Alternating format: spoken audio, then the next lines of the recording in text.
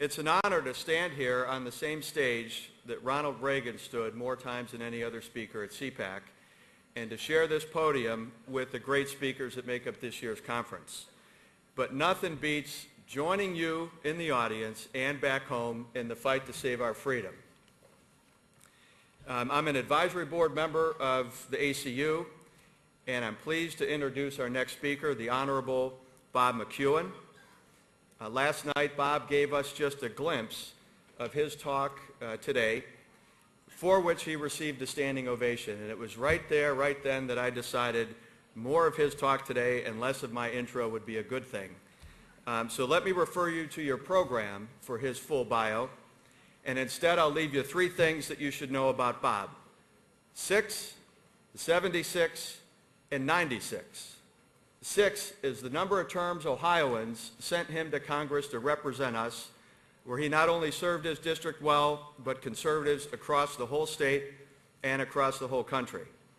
76, he was a Reagan delegate in 1976, and if that doesn't say it all, 96 is his lifetime ranking from the ACU. Go ahead. Now, what's notable about a 96 lifetime ranking from the ACU coming from Ohio is he did it at a time when there were more rhinos per square mile in Ohio than Africa. Ladies and gentlemen, welcome Bob McEwen. It's like a roller coaster with a big ass line. Thank you all very much. You get burned in the sunlight. Thank you all very much, Rich. Thank you. I'm honored to be in your presence here today. We have just a couple of minutes to make some observations, and my desire is to make it such that all of you can listen to a candidate for office for 60 seconds and know whether or not that person has our country and your best interests at heart. Quickly to describe, our country is a unique place. We love to talk about poverty. But let me just put it in perspective to the rest of the world. The 6th largest nation on earth, Pakistan, 170 million people. If we want to speak about poverty in America, we go down and take black and white pictures of the people in the Ozarks, maybe down there in Arkansas, and we would say, isn't this an area in which we need to expand? The gross domestic product, the wealth generated every year by the state of Arkansas, is greater than the entire GDP of the 6th largest nation on earth. You say, well, wait, Bob, now I saw those pictures of Katrina now there in New Orleans. Now, not everybody in America is wealthy. The 4th largest nation on earth is Indonesia. You heard a lot about that. Our president reminds us repeatedly when he spoke to the first grade. He reminded them that's where he grew up, and it's a member of OPEC, and the 4th largest nation on earth. The combined GDP is smaller than the state of Louisiana. So the question has to be asked: why are 3 million Oklahomans able to generate more wealth every year than 91 million Filipinos? This is a very unique and special place, and if there's a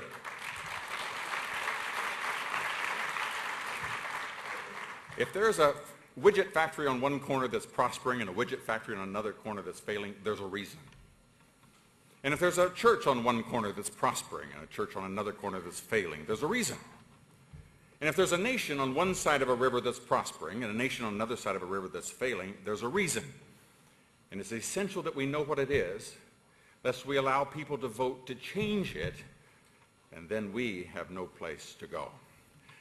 I give a presentation, a speech very simply called Politics Easy as Pie. We only vote on 2 things. Politics equals integrity plus economics. I don't have time to talk about the I part. We're going to quickly go through the E part, and then we're going to go to questions. If you'll look at the presentation here, very simply, economics, I'm going to give you 95% of all the economics you'll ever need to know. Just keep looking at your screen. It will appear momentarily. You just snap your fingers, and you're going, there it is. It's coming. There it is. If you will look at that chart, let us say that that's 100% of your income. Let's say that's a $100 bill, the GDP of a city, a state, or a nation. And let us suppose that you walk into a Walmart and the most expensive thing in the store is $100 and you have a $100 bill. That means that you are completely free to choose anything in the store. Now, I'm going to give you 95% of all the economics you'll ever need to know the rest of your life. It's very simply like this. Let us suppose that someone walks in and takes 25% away from you and leaves you with 75%. Now, 2 things immediately happen. Number 1 is you have fewer choices. Thomas Jefferson said, freedom is having choices. The more freedom, the more choices I take away from you, the less freedom you have. Anyone who has a teenager understands this debate. I want to make my own decision, not as long as I pay the bills, young lady. And so the way that it works is that the fewer choices that you have, the less freedom that you have, and naturally, you would have a lower standard of living. I mean, this is really quite, if you're not with the New York Times, this will be very elementary. Now, let us suppose that someone comes along and takes 50% away from you. What happens? Even fewer choices, less freedom, even a lower. Suppose someone comes along and takes 75, leaves you with 25%. What happens? Fewer choices, lower standard of living. What happens if someone comes along and takes away everything? You work all day and you keep none of it. That person is called a slave. Now, very simply, there are only two people that can take money away from you. One is a criminal, has a gun, and can take money away from you. The other is the government has a gun and can take money away from you. And so you're walking out, go from the pay window across the parking lot to get in the car, and a fellow comes up, puts a gun in your ribs, takes 50% away from you. You hop in the car, you open your paycheck, and you say, Uncle Sam's already been here. Here's the point. They say in public speaking, when you're going to say something profound, you're supposed to pause for emphasis. I am about to pause for emphasis because what I am about to say is not Democrat, Republican, left-wing, conservative, whatever. This is very simple.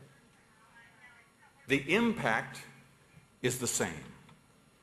Fewer choices and a lower standard of living. Regardless of whether the sons of whoever come in to the grocery store every Friday afternoon and say, I want 25% of everything in that till, and I know that we're running a criminal operation in this city, but if you're going to work here, we're going to take money out of your till. Or if the city councilman walks in and says, I want 25% of everything in the till, the impact is the same.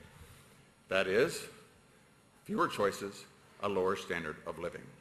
Now, the United States of America is the richest, most powerful nation on earth for one reason, because it is the freest. And if you will but look at that chart, that's all you need to know. You show me the gross domestic product of any nation, the percentage that is controlled by government, and you can put them on that chart, and here's the principle. That is, the greater the freedom, the greater the wealth, the greater the government, the greater the poverty. Now, once you understand that, you can make any rich place poor, or you can make any poor place rich. In the 1950s, the richest nation, the richest city on earth was Detroit. They voted for change. And so now, it is the poorest city in America. At the same time, the nation of South Korea, out of all the nations on earth, was third from the bottom. Virtually the poorest nation on earth. It is now 10 from the top. If you understand the principle of the greater freedom, the greater the wealth, you can then put any nation. Now you can go to Tegucigalpa, you can go to Buenos Aires, you can go to Cairo, you can go to Philadelphia, and all you need to know is what percentage of the gross domestic product is controlled by government, and the greater the government, the greater the... And that's all politics is about. Every day, politicians say, I can make a better decision for you than you can for yourself, and let me take the money away from you and make it on your behalf, and thus make the nation poorer.